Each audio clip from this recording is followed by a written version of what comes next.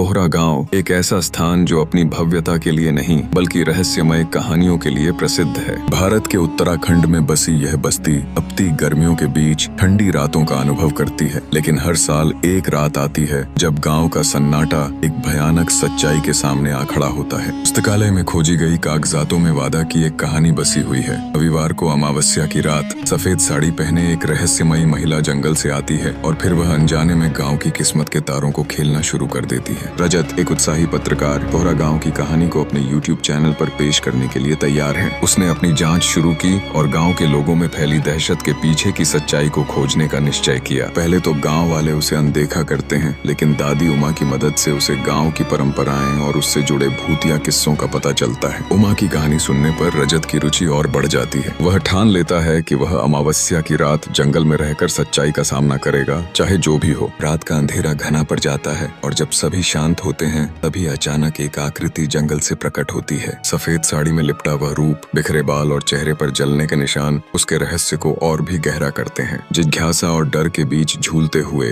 रजत उसकी ओर बढ़ता है, केवल यह जानने के लिए कि वह एक अदृश्य बंधन से बंधी हुई आत्मा है जो अपने अधूरे वादे को पूरा करने आई है। जैसे ही वह अपने जख्मों की कहानी सुनाती है, रजत को समझ में आता है यह गाँव की गहरी छुपी हुई सच्चाई का हिस्सा है। गाँव वाले जादुई मशालों के साथ आते हैं जिससे अमृता की आत्मा को शांति मिलती है। वह अपनी बहन उमा से मिलती है और मुस्कुराती है, यह कहकर कि अब उसका समय पूरा हुआ। अमृता की आत्मा का विलीन होना कोहरा गांव के लिए एक नए अध्याय की शुरुआत करता है। हालांकि रजत के पास वह वीडियो रिकॉर्डिंग होती है जिसमें अद्भुत चीख सुनाई देती है। अब कोहरा गांव भले ही एक बार फिर से सामान्य हो गया हो, लेकिन रहस्य अभी भी जिंदा है।